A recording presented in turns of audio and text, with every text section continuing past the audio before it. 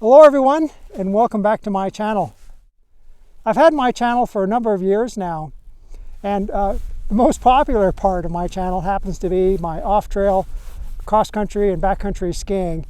People have been very curious as to what type of gear that I ski, and for those of you who are just starting into this sport, it can be a real daunting task to try to make a decision as to what kind of skis and what kind of boots and what kind of gear you're going to use. One of the reasons for the confusion is that there's just so many different kinds of skis and boots, as there's so many different kinds of terrains, there's so many different ways you can use the skis. And every ski out there, although there's a little crossover, they tend to be targeted towards a specific use. If you've been skiing for any number of years, you tend to accumulate more than one set of skis and boots, especially if you ski different kinds of terrain. In my instance, I do everything from track skiing at groomed ski areas all the way to deep and steep in the backcountry. I also do cross-country skiing on snowmobile trails, and I do a little bit of cross-country downhill. And I have different skis that sort of fit into the niche of each of those kinds of categories. And one of the questions that I'm often asked is, people don't want to have 6 sets of skis. They don't want to have so many boots. And what is just the one boot and ski choice that would work best? A one boot and ski quiver, as some people like to refer to it as. And I think you can get by with one boot and one ski as your only setup. But the caveat is there's going to be certain times it's not going to work well, and there's going to be other times when it's going to be perfect.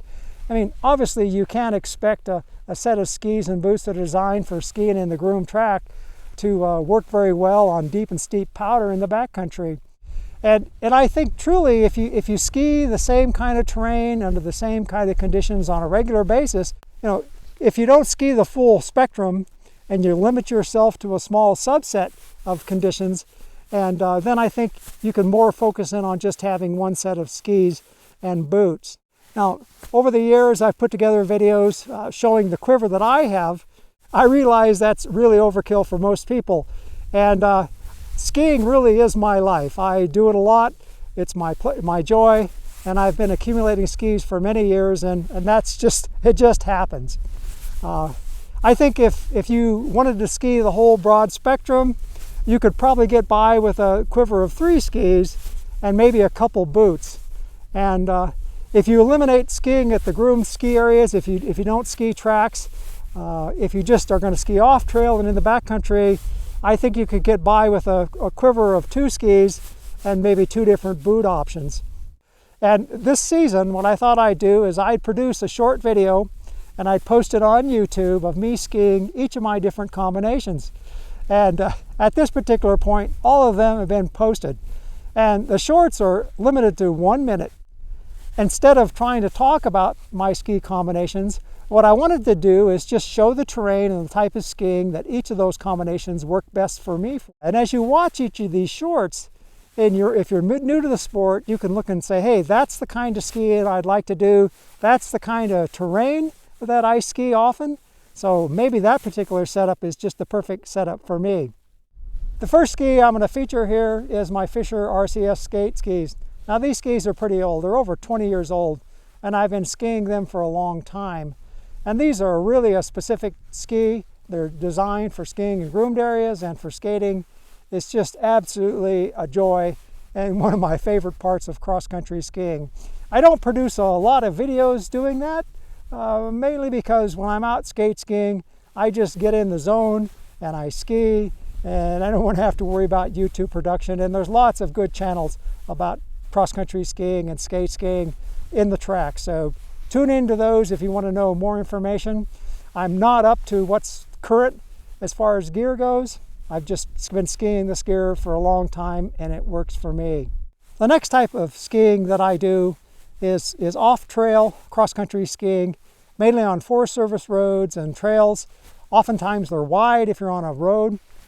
They can be narrow if you're on a trail, but the trails tend to be fairly level. Sometimes they're rolling, but the whole purpose here is to ski light, ski fast if you can. And I have my Traverse 78s, and I'm currently skiing a set of Alpha Vista boots, and it's probably a little overkill for this type of skiing, but I do like the width and the support that you get with the Traverse 78s, and I do like the support that I get with the Alpha Vista boots. And if I want to venture off of the trail and maybe ski some gentle terrain under good snow conditions, I can certainly do that. They're definitely capable of doing telemark turns under the right kind of conditions.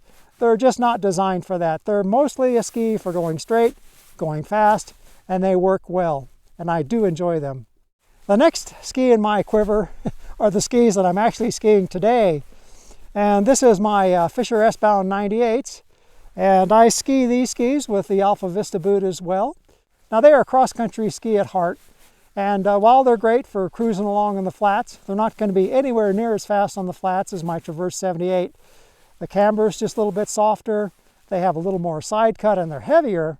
And they work fine. But the reason I would pick these skis over my Traverse 78s is like on a day like today where I'm going to ski down this ungroomed, untracked slope, and I want a little more downhill capability. And that's what the S-Bound 98s give you. They're just a little bit easier to turn than the Traverse 78s, and for that purpose, they're a great ski. The next ski in my quiver are Voile Objectives, and I've had them for a number of years. I originally mounted them up with a 75mm, and I would ski them with a plastic boot as well as with leathers, sometimes with a cable, sometimes with a hard wire. But a couple of years ago, I went ahead and I remounted these skis up with the Explorer binding, and that's a controversial subject for a lot of people, but for me, they work really well with the Alpha Free boots. They turn very well, and they're light enough that they're not a burden trying to get to the slopes. It's a great ski. The one caveat to that is that Voile will not warrant those skis if you mount a cross-country or a telemark binding on them. So keep that in mind. But so far I've not had any problems whatsoever. Now last year I added a new ski to my quiver. It's probably an unusual combination and not one that I would recommend for most people. And that is the Hypervectors. And I've put an Explorer binding on it, and I ski it with the Free boots. And this is really my powder ski, my powder cross-country downhill ski combination. Here in Western Wyoming, there's times when we just get almost bottomless powder, and having a big wide ski just really makes it so much easier to go downhill. And it's a perfect combination for that. I probably ski this the least in my quiver, but when I do ski it and the conditions are right, it's an absolute joy. And once again, it's one of those hyper version of skis by Voile, and they won't warranty it if you mount a cross-country or telemark binding on them. I have not had any issues, just buyer beware. The last ski in my quiver is a set of Voile Hyper V6 skis. I have it mounted with the Switchback X2 binding, and I use Scarpa plastic T2 boots. Now this is my go-to setup for deep and steep, or when conditions are tricky. I ski it when I'm skiing with my AT buddies. They tend to want to ski steeper terrain, more difficult terrain. It gives you the power and the confidence you need to effectively ski downhill in more difficult conditions. There are certainly times when I can ski my cross-country downhill skis on the same terrain when the conditions are good. But when it gets tricky, the plastic boots and the active binding and the wider downhill skis, it just gives you much more confidence to ski. Well, I hope you found this video useful, if not entertaining. If you have, be sure to give me a thumbs up. And I hope you had a great winter if the season is winding down for you. So until next time, be safe, be kind, and be sure to have fun.